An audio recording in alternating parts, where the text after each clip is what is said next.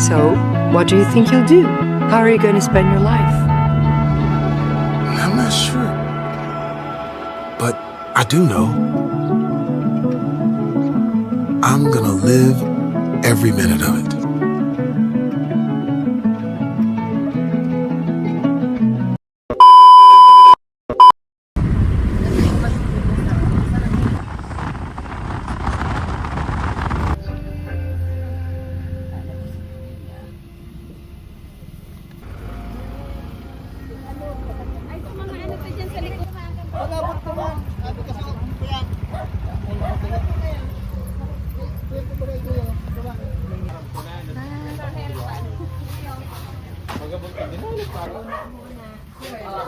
Ang ano ta, bago kita mapunais na, pagtapos siya ng pamanggi, pagtapos.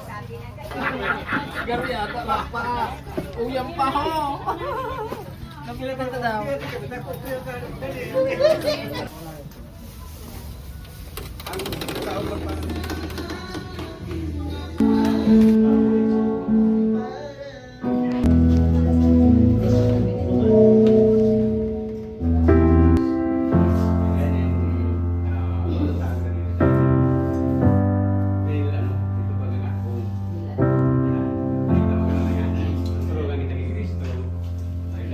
Take this fainted heart. Salamat din sa magandang panahon. Salamat sa pag-iingat mo sa bawat isa. Minsan pa, nagkasama kami sa lugar na ito, O Diyos. Wash me in your love. Come like grace again.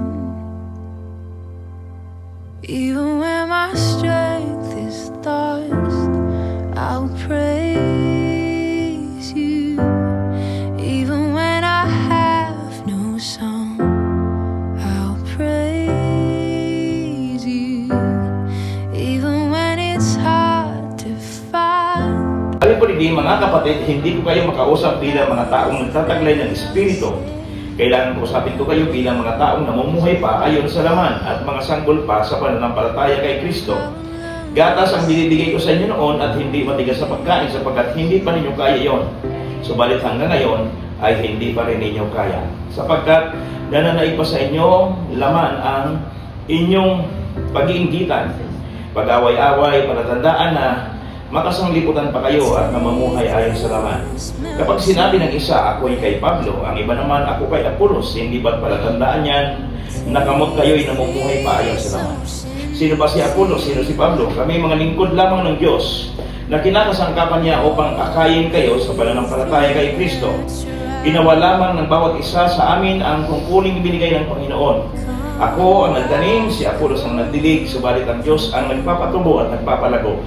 Hindi ang nagtanim o ang nagdilig ang mahalaga, kundi ang Diyos, sapagkat siya ang nagpapatubo at nagpapalago. Ang nagtanim at ang nagdidilig ay parehong manggagawa lamang, at bawat isa ay tatanggap ng gantimpala ayon sa kanyang pagsisikap. Kami kapwa manggagawa ng Diyos at kayo ang kanyang muhirin. Kayo rin ang gusali ng Diyos. Ayon sa kagandahan loob ng Diyos sa akin, nilagay ko ang pundasyon tulad ng isang mahusay na tagapagtayo. Iba naman ang nagpapatuloy sa pagtatayo ng gusali, ngunit dapat maging maingat ang bawat isang nagtatayo, sapagkat wala ng ibang pundasyon na maaaring ilagay maliban sa nailagay na, walang iba kundi si Jesucristo.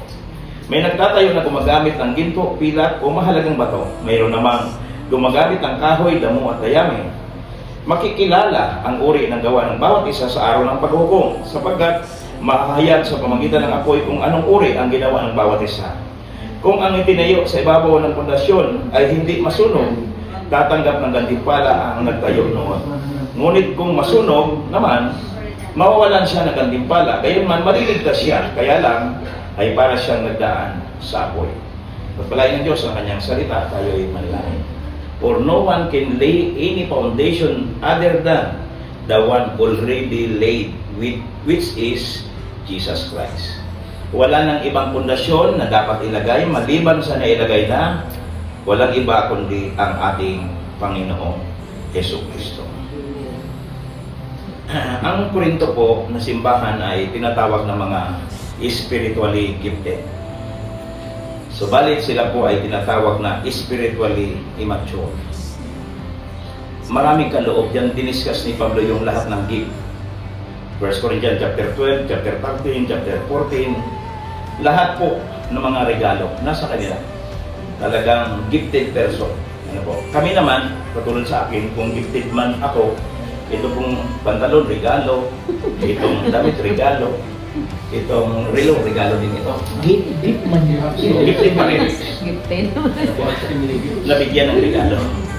Pero ang isa sa hindi maganda sa kanila, yung immaturity, spiritually immature. Nanda po, yan dyan na po sa pasaran. They were divided by personality, boasting about leaders rather than focusing on Christ. So nagkakaproblema po sila dahil sa mga personalidad na nandoon, katulad ni Apollos, katulad ni Pablo, o kung sino pa mga personalidad na nandoon sa simbahan, nagkakaroon sila ng problema. Kasi may mga ako dito, ako doon, mga ganon na klase. Alam mo? Imbis na mag-focus kay Jesus sa mga tao na nandoon sa kanila. Paul remind them that Christian growth is not about who leads you, but how we build on the foundation of Jesus. Ang paglago ng isang mananampalataya, hindi po nakabase sino ba ang nangunguna, sino ba ang kinikilalang leader, kundi kung paano natin itinatayo ang pundasyon natin sa ating pong Panginoon Jesus. He wants that one day our work will be tested by fire. Only what is built with eternal value will last. Darating ang araw, lahat ng ginawa natin, padaanin sa apoy. Yan na po. Amen. At yung ginawa ng bawat isa, malalaman pagdating ng araw kung mananatili o hindi.